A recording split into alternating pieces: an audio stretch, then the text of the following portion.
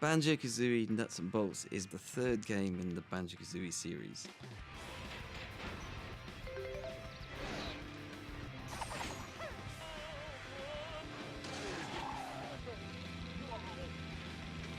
At the time we were trying to think how we could bring Banjo up to date, so there was lots of different ideas. We were going to make a remake of Banjo-Kazooie, so the previous game, but we were actually going to change things about the game as you played. We got as far as taking Mumbo's Mountain, the first level from Banjo-Kazooie, and all the puzzles and tasks in that level, we would see how we could adapt them. Conga was going to be kind of aware that you'd already fought him previously and he was going to behave differently. We were really concerned that trying to get the message of this is not just a reskin or it's the old game with new graphics. We felt it might be a hard sell and players would expect a brand new game. Then that changed direction into what became kind of a Banjo versus Grunty idea.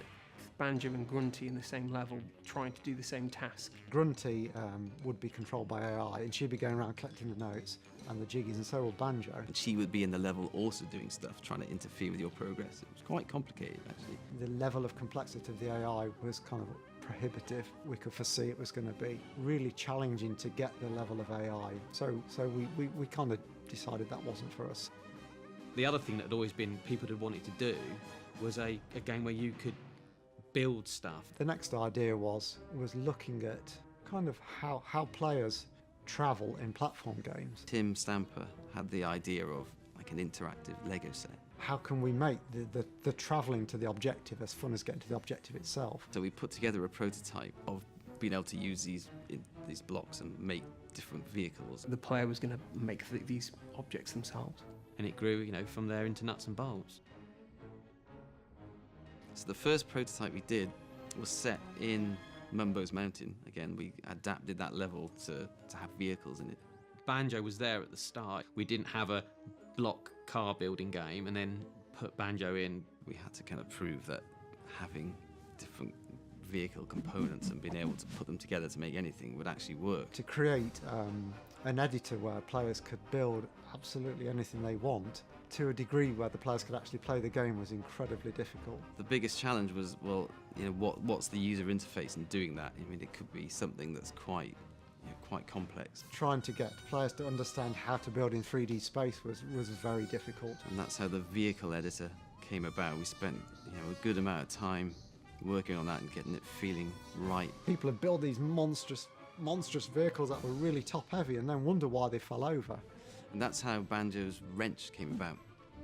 The idea that you'd have the wrench and this sort of mysterious tractor beam would come out from the wrench. It meant that Banjo wouldn't have to actually physically go over and interact with the vehicle on the floor. He could just kind of lift it off the air and it would go into this view where you could then sort of move pieces around. Firstly, getting an editor powerful enough for players to build what they like, and then secondly, actually making the vehicles fun to play was colossally challenging. But personally, that's what I really enjoyed about that project, that challenge, and then seeing some of the stuff that people actually built was kind of incredible.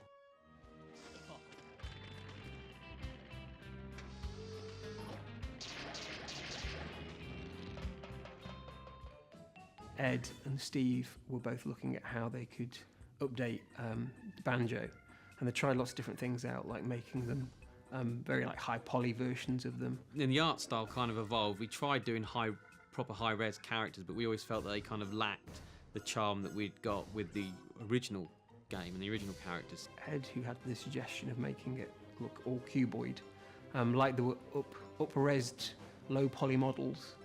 So we ended up with these kind of smooth surfaces, smooth edges on Banjo, but still retaining what he originally looked like. We introduced kind of having this kind of hard-edged look to the character, so things were smoother, but they still had these kind of crisp edges that the original characters had, and that we felt that worked much better. That fitted very well with the kind of the mechanics that were being introduced into the game. So the look for the world was, because it was going to be a game about construction, we wanted to make it look like everything was constructed. So a good example of that is the farm level, where there's like a big clockwork kind of sky unit, and the clouds are all hanging on rope, and the floor's patchwork and it's all stitched together. My main job on Banjo-Kazooie Nuts and Bolts once we were into production, was designing Showdown Town, which was the hub world, which was probably the part of the game that was most like the previous Banjo games. A hub world which would have lots of characters in, so we'd actually make it like a living, breathing kind of like Banjo universe. You couldn't get to every part of the town to begin with. You had to upgrade your tyres to go up steep slopes, and you had to get a spring on the bottom to vault over high obstacles, that kind of thing. So it was quite rigidly structured. So designing the town around that was quite a challenge. But we wanted it to be kind of like a bustling world, an actual kind of like town where Banjo could go and live.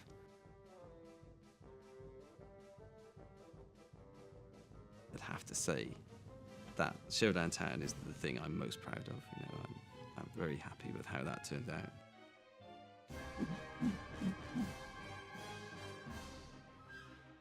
The reaction was pretty mixed at the time. I mean, generally positive. You could arguably say that Banjo was a little bit ahead of its time with games such as Minecraft. If you do something different, then fans of the original say, "Oh, you've changed it." So you're never gonna please all the people all the time. I think modern games will enjoy it. Games like you constructing things or making things. There's been a lot of those games coming out. The platform genre, which we felt was kind of, it hadn't changed over a large period of time, so we thought we just wanted to try something else, try something new, try and get players to play a new experience. Well, I think in some small way, we invented Minecraft first, and I'm sure that somebody owes me quite a lot of money.